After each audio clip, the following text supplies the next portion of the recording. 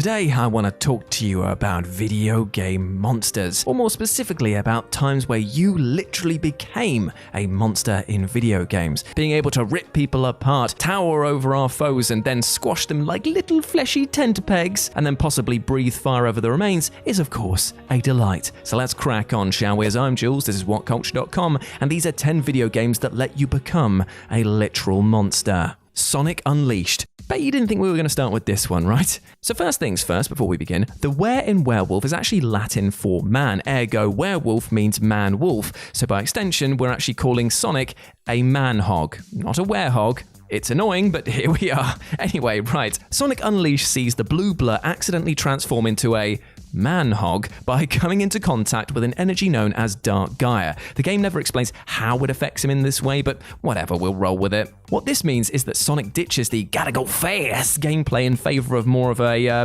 brutal action variety. Well, as brutal as a Sonic game can be. Don't expect God of War is what I'm saying, but it's still pretty heavy. Now, this game is not the most refined of experiences, given that this was the era of Sonic trying anything to stay relevant. But the grappling and climbing bits were fun, the fighting, not so much. But you know what, it fits the criteria of this list because Sonic becomes a monster and this game is kind of a Frankenstein's monster of ideas and stitched together other bits.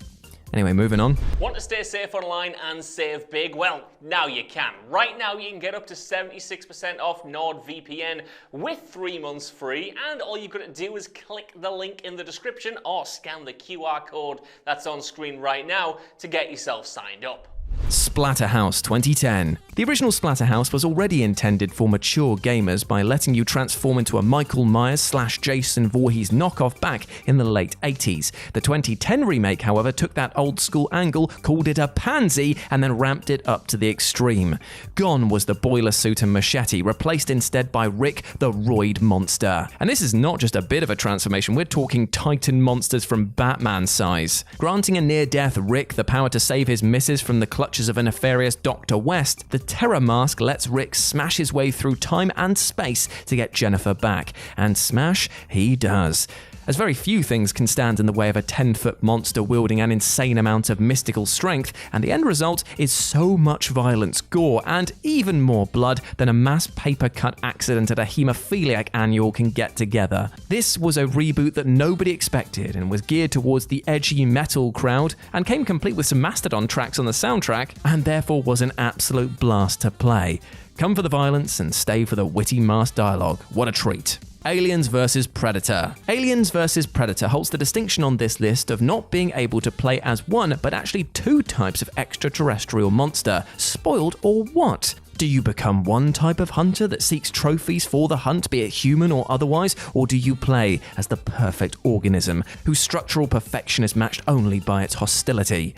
Playing as the former, you're sent under the guise of trial and initiation, picking off colonial marines as you thwart the xenomorphic prey your kind has long since hunted for sport. Will it be spear, the shoulder cannon, or the more personal touch of the wrist-mounted blades? And where will you keep all your trophies? Those are questions that the Predator has to deal with on a daily basis. Or you can play as a xenomorph, getting revenge on Weyland Yutani, breaking free of your constraints and overrunning the planet with your brethren, which, in all honesty, is just as fun. Stalking from the shadows before dropping down onto your victims is simplistic savagery at its best.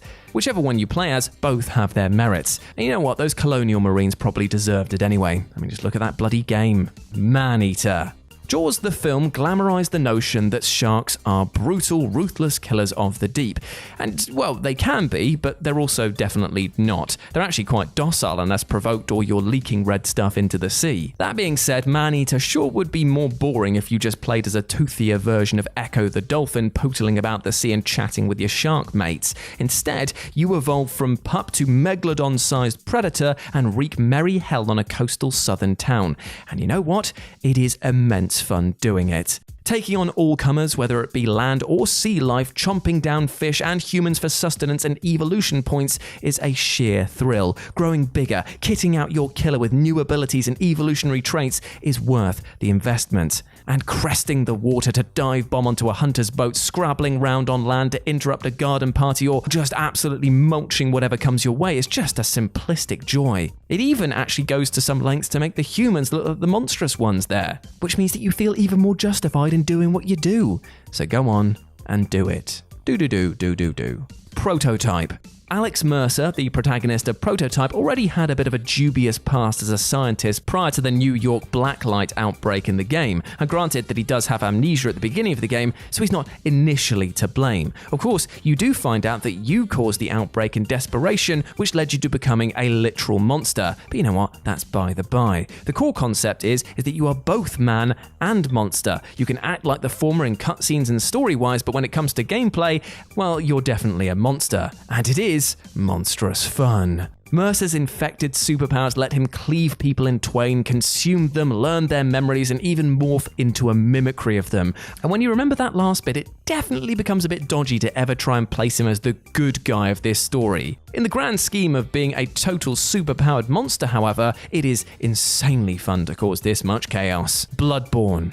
So the general gist of Bloodborne is to keep your sanity, not succumbing to the madness that consumes Yharnam. Bloodletting, ancient practices, the perpetual looping of old gods, hunters and such is meant to be avoided. Well, usually that is. Because if you're feeling fancy, you can do the complete opposite and give in to the craziness thanks to the Beasthood stat. This, coupled with a rage-inducing weapon and armor set, will let you lose all semblance of a poised, skilled hunter, and instead you become an almost feral monster, hacking and slashing your way through most things with your beast claws. Fill your Beasthood meter up completely and you become a whirling dervish of ferocious attacks and strengths as you rend almost anything in your path to bits. Of course, there is a caveat. The higher your offense, the weaker your defense. But then again, who cares? Throw caution to the wind and descend into the visceral madness. Become a literal monster in the eyes of other hunters. It's basically Bloodborne's go nuts mode. It's not for the faint of heart or newcomers, in fact, but more of a carefree monster mash mode, and it is immense fun. Altered Beast.